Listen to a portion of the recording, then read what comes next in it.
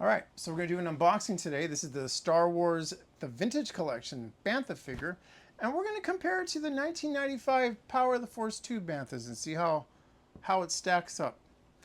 This is a Disney Store slash Hasbro Pulse exclusive. So I think it just got released for the first time today in the Disney parks. I saw it, I just happened to be in the parks, and going to open it and unbox it for you. Stick around, please.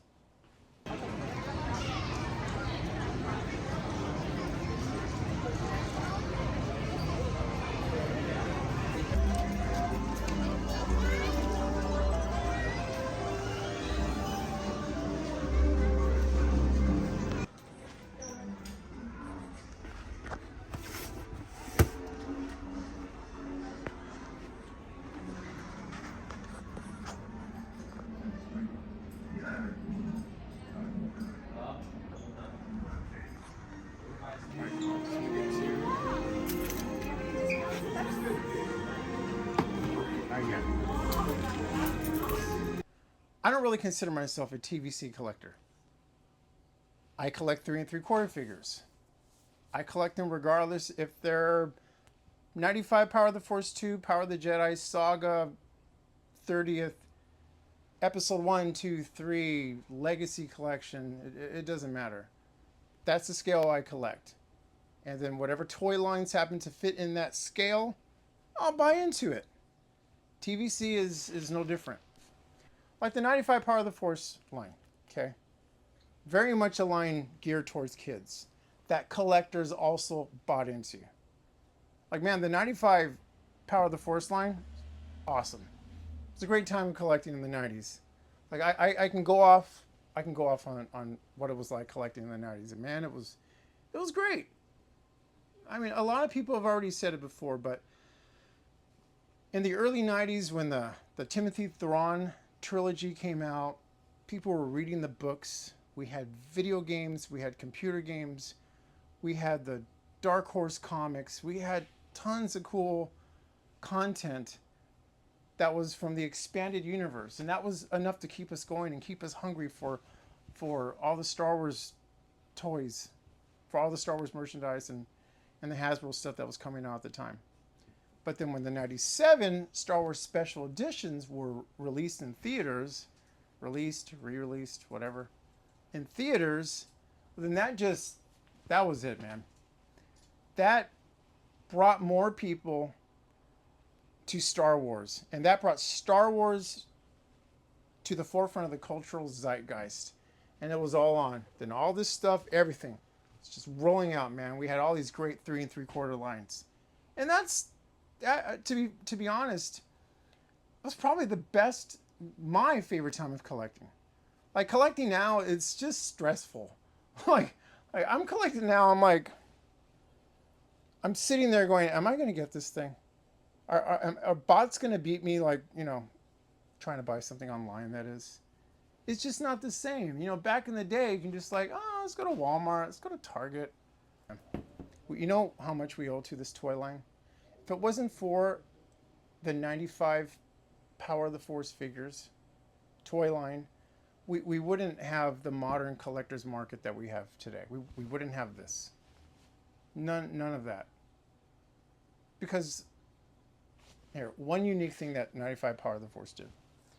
Like, right around the 90s, when Star Wars media started to, get released, the books, the comic books, the games, the computer games, a lot of us were consuming that content, but we were looking for action figures based on Star Wars characters. So we would have to look at antique stores, garage sales. There was a couple collector shops, comic book shops. They had the vintage 80s Star Wars figures. So we were there was kind of a neat little robust collector's market for the original Kenner's figures, like kind of in the early 90s to the mid 90s, because of all that content that was coming out. So we were all into it, man. We were like, oh, hungry for it. I was scouring my area for 80s Kenner Star Wars figures. Like, I didn't care, man. I was finding everything. You were finding people out there in the wild who had hey, I got this box of what do you call it? It was great, man. It was friggin' awesome. So so this was kind of building up to when 95 came out, like right smack in the middle of that wonderful decade. Like the early 90s, the Zon trilogy was released, comics, all that stuff was out there. The early 90s, the mid 90s, 95 is when this toy line came out. And then, bam, that was it. The floodgates were opened. Kids were into this. Adults were buying this stuff. Adults at that time, Gen Xers, older millennials, so we were all like in our 20s. We were all like teens and 20s at that time buying all this stuff. That's who the elder millennials and the Gen Xers were, by the way. That was the age that we all were. Um, but it was a fun time to collect. Yeah, it was a fun time to collect. Oh yeah, and then okay, and then by the time '97 came out, the year '97, the Star Wars Special Editions was released in theaters, and then that brought a wave of people to Star Wars because that brought Star Wars into the forefront, into like the center of the cultural zeitgeist, is I think how they say it.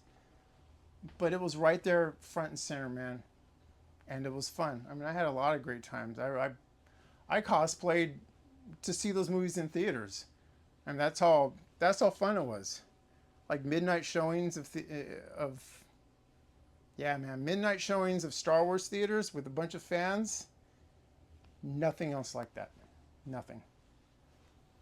If you were to watch anytime in the 90s and early 2000s, if you were to watch Star Wars at a midnight showing or at an early showing when you know it was the true fans, dude, the electricity in the world was palpable.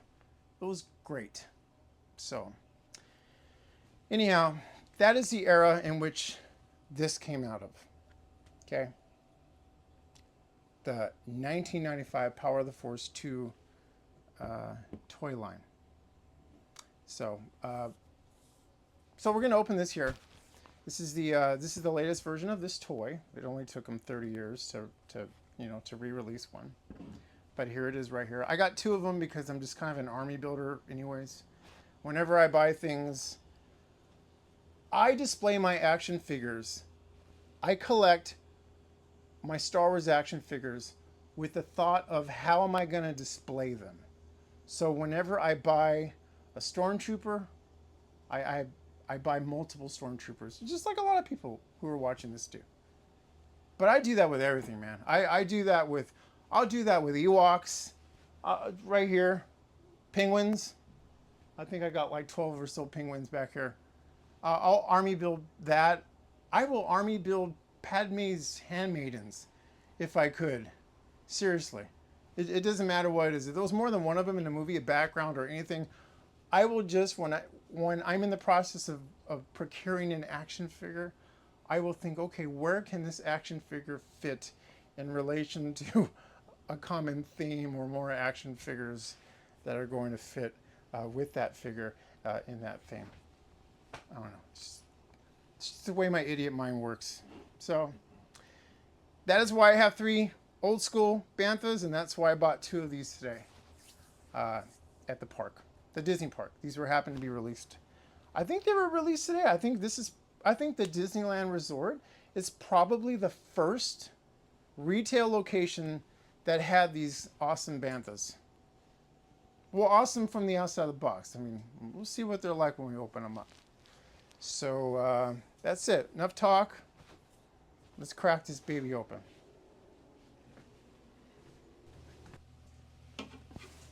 All right, first let's start off with the box. There it is right there. Up close, it has the Tusken Raider, Bantha Rider.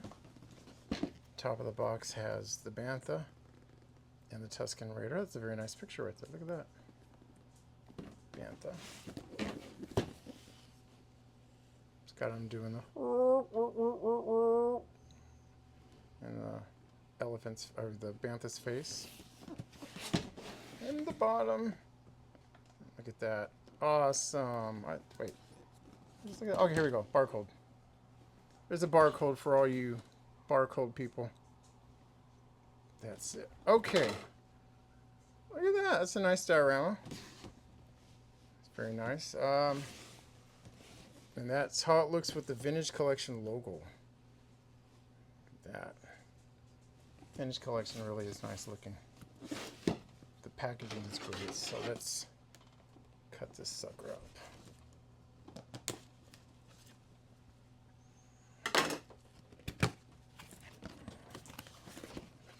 Okay.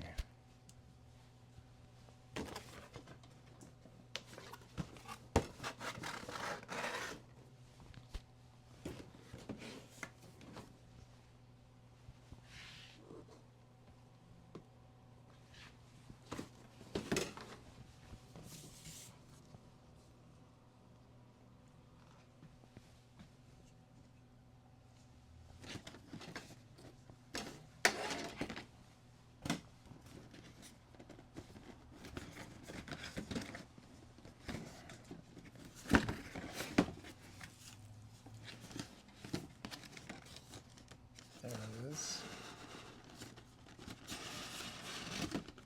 All right, very nice.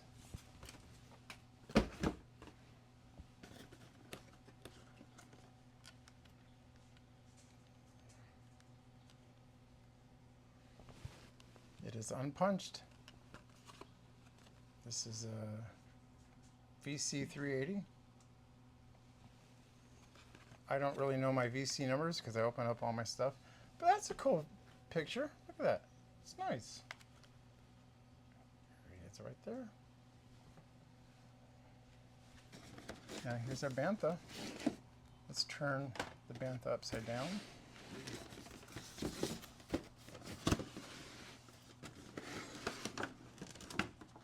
Ooh. Oh, that's cool. Hey. All right.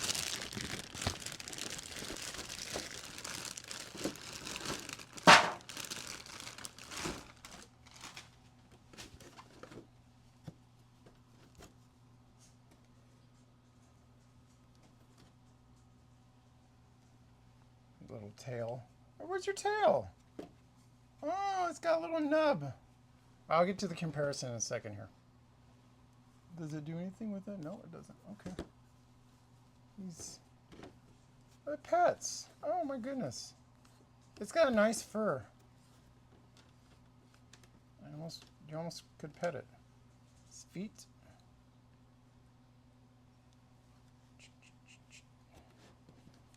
Alright, so let's move this all the way. Let's put this down here. Let's put the figure up.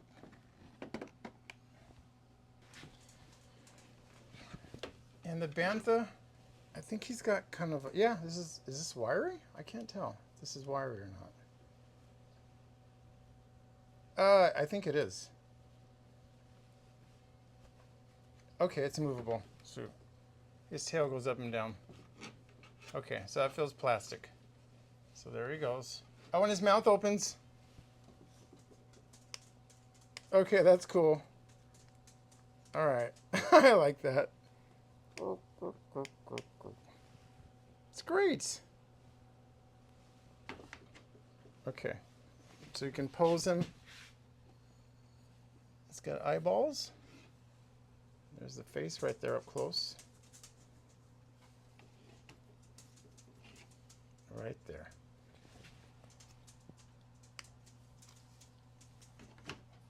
All right. Now we're going to open up this nice carded one. That would be just my luck that my second one has a crappy card. So I'm going to do that right now. I'm going to open up my second one just to make sure. Yeah, just to make sure that I'm going to keep the better carded one. I'm not really a carded guy, but I have friends that I can trade with who enjoy the carded stuff more than I do. So just for the heck of it, just bear with me here. Let's open up this second one here.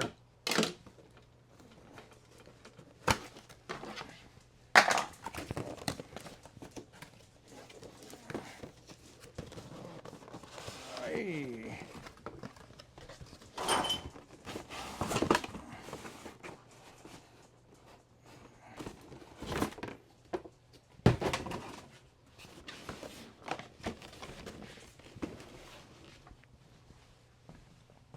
Okay, here we go. Oh, let's see if there's any variant difference here, any kind of variance. Doesn't look like. The card is, wait a second here. Okay, this one feels a little thinner. Is that?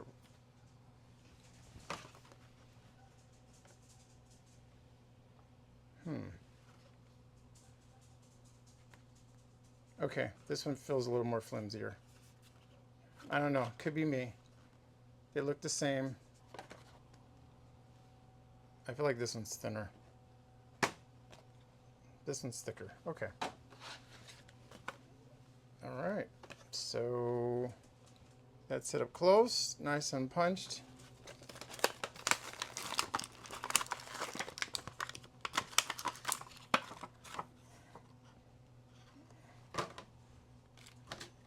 All right, let's take a closer look at the figure. Soft goods are nice. The weapon's a little rubbery.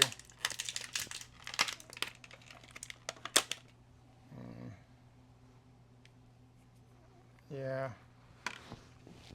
His weapon is a little bendy. Okay, so we saw the figures. They're a little tight. Nice articulation. Soft goods.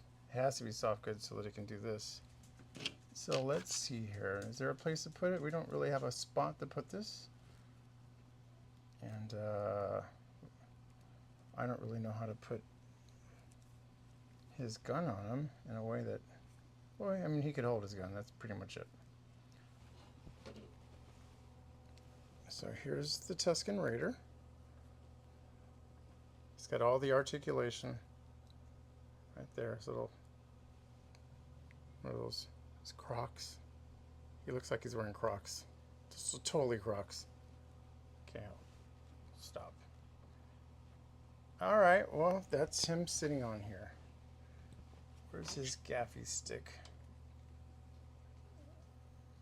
It's in there. You know what, just for the heck of it, let's put two of them side by side together.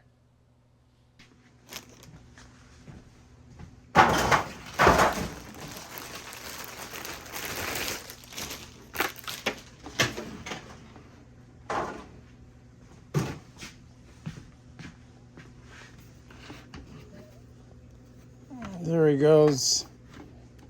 Two neat Banthas.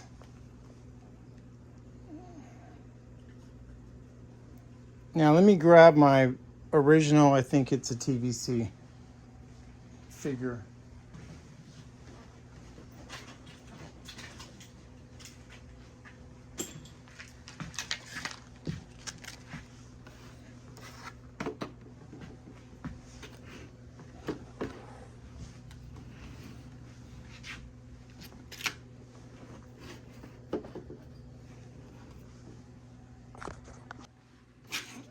All right, here we go. So we have the Tusken Raider right here with his rifle and his. And you know, these can go with anything. You could set these up for a Episode 1 display, original trilogy display, Mandalorian. So, and you can kind of brush these. The fur is really soft. It's a nice soft fur. I like him. And I don't know what this is. So I found him in my toy room. So I'm thinking he's, oh, wow. He's not TVC. There, fixed him. I think this is Saga. Or whatever he is. Maybe it is a TVC. But he's got these weapons. So that isn't bad. You can put, it looked fine. You can put him right here. It's a nice effect. kind of army building a little bit there. All right, so here are the two versions. We got the, right there in the background. So here's the 95 Power of the Force version. And here is the Vintage Collection. There we go. So there's the 95 Power of the Force.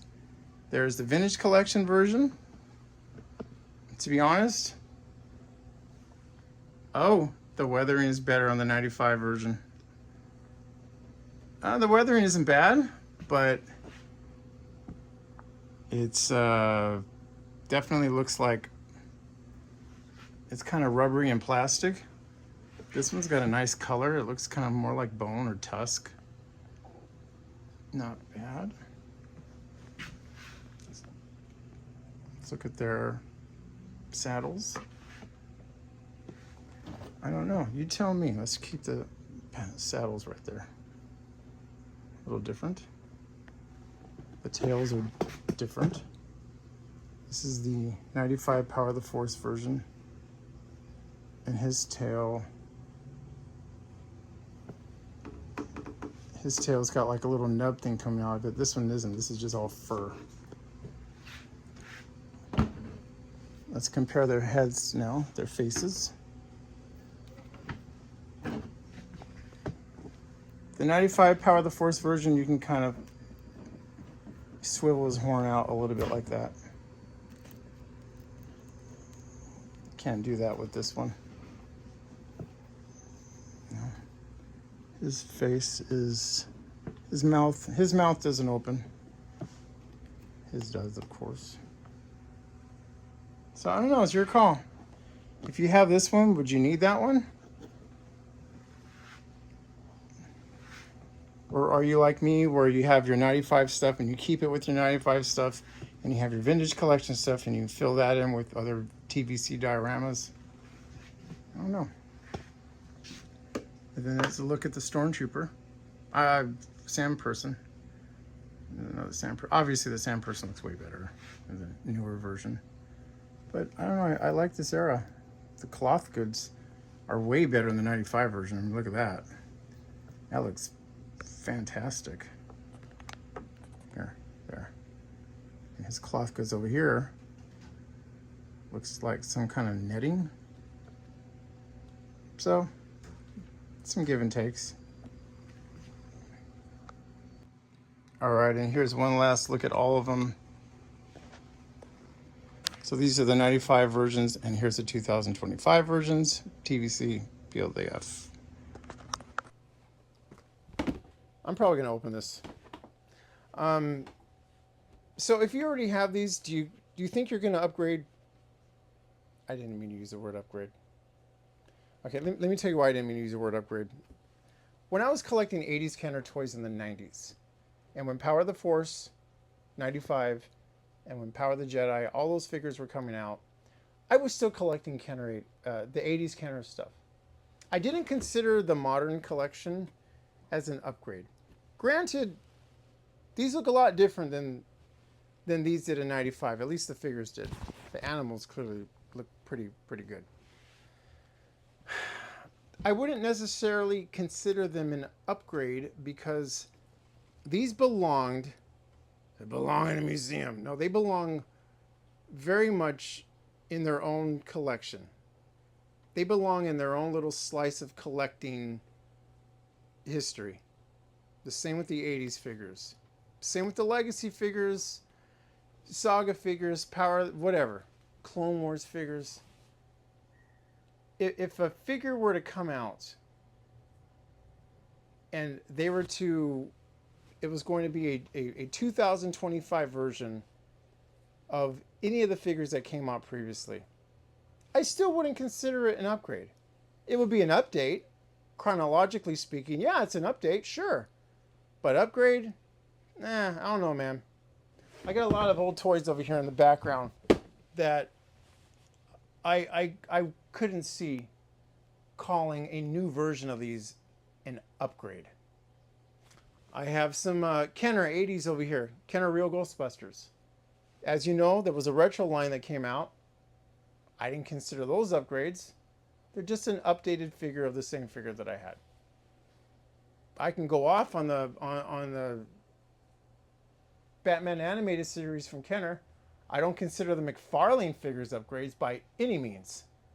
They're just updated figures in a different scale, but upgrade? Hell no. So I don't consider these upgrades. They belong in a different spot. They belong in their own space, collecting space. Like you could, these go well with other vintage collection figures, or vehicles, or play sets. Put it with the Mandalorian. You can put it with the Razor Crest. You can put it with, I don't know. You can put it with a lot. The modern land speeder that's going to come out. You can put it with the Streets of Mos Eisley, the Cantina. There's a lot of places where a vintage collection Bantha will fit properly and appropriately. But upgrade, no. No, not an upgrade, dude.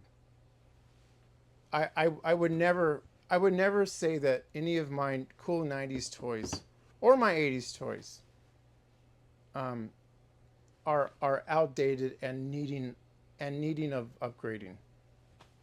That's just not the way I collect, and that's just not the way that I feel about these toys.